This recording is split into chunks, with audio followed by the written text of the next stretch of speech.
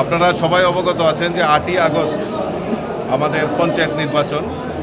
এই পঞ্চায়েত নির্বাচনকে সামনে রেখে আমি বিভিন্ন জেলাতে এবং বিভিন্ন ব্লকে বিভিন্ন মণ্ডলে আমি ঘোরাঘুরি করছি, কার্যকর্তাদের সঙ্গে কথা বলছি, আমাদের প্রার্থীদের সঙ্গে কথা বলছি। তারই অঙ্গ হিসাবে আজকে কদমতলা ব্লকে কদমতলা মণ্ডলের উদ্যোগে একটি সাংগঠনিক সভা এখানে মিলিত হই এবং প্রার্থীদের সঙ্গে আলাপ আলোচনা করি এবং তারা কিভাবে কাজগুলি করছে, মানুষের সামনে কি প্রতিশ্রুতি রাখছে সেইগুলির ব্যাপারে খোঁজখবর রাখি এবং বিরোধী দল কি করছে সেটাও খোঁজখবর রাখতে হয়। তো আমি এখানে এসে যেটা জানলাম যে বিরোধী দলের তারা বাড়ি বাড়ি প্রচার করছেন যে জিনিসপত্রের দাম পঞ্চায়েত নির্বাচনে জয়ী হলে প্রার্থীরা জিনিসপত্রের দাম কমিয়ে দেবে। আরেকটা সাম্প্রদায়িক সুরসুরি এই কমিউনিস্টরা এখানে দিচ্ছে, এই কদমতলা বিশেষ করে। তো আমি তাদের কাছে প্রশ্ন রাখতে চাই যে এই ত্রিপুরা রাজ্যে সাম্প্রদায়িক সুরসুরি দিয়ে আর রাজনীতি করা যাবে না।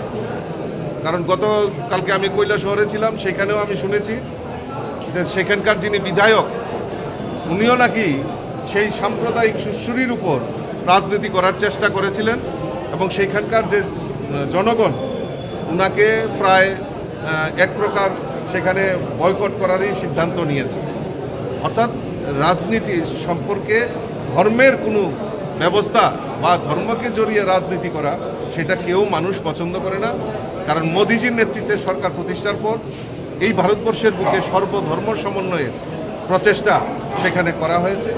আজকে যারা সাম্প্রদায়িক সুরসুরি দিয়ে কমিউনিস্টরা কথা বলছে, আমি তাদের কাছে প্রশ্ন রাখতে চাই যে 25 বছর তো আপনারা সরকারে ছিলেন, এই 25 বছরে রাজ্যে মুসলমানদের তাদের জন্য আপনারা কি কি কাজ করেছেন? কোনো কাজ করেনি। সরকারি কর্মচারী সিপিএমের সময় 0.5% অর্থাৎ 200 জন সরকারি কর্মচারীর মধ্যে একজন মুসলিম সরকারি কর্মচারী ছিল। আর আমাদের সরকার আসার পর, বিজেপি সরকার আসার পর এই 6 বছরের সরকারে 7% মুসলিম সরকারি কর্মচারী এবং মুসলিম টিসিএস অফিসার তাদেরকে সেখানে দেওয়া হয়েছে। অর্থাৎ এই যে মুসলিম সম্প্রদায়ের যে শিক্ষার মানই হোক, সামাজিক মানই হোক, আর্থিক মানই হোক, তাকে উজ্জ্বল করার, তাকে ডেভেলপ করার জন্য আমাদের সরকার, আমাদের মোদিজি সরকার, আমাদের রাজ্যের সরকার সেই প্রচেষ্টা করছে। কাজেই সাম্প্রদায়িক সুরসুরি দিয়ে আর রাজনীতি করা যায় না। মানুষ বুঝে গেছে, মানুষ চায় ডেভেলপমেন্ট, মানুষ চায় উন্নয়ন, মানুষ চায় রাস্তাঘাট কবে হবে, মানুষ চায় ভালো চিকিৎসা পরিষেবা, মানুষ চায় ভালো জল, মানুষ চায় ভালো শিক্ষার ব্যবস্থা।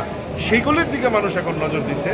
আর ওই কংগ্রেস কমিউনিস্টরা এখনও সেই সাম্প্রদায়িক সুরসুরি আর আবল তাবল মিথ্যা প্রচার করে ভারতীয় জনতা পার্টি ও তার শাসক দলকে হেয় প্রতিপন্ন করার চেষ্টা করছে। আগামী পঞ্চায়েত নির্বাচনে 8ই আগস্ট তার উপযুক্ত জবাব আমাদের রাজ্যের জনগণ তাদেরকে দিয়ে দেবে।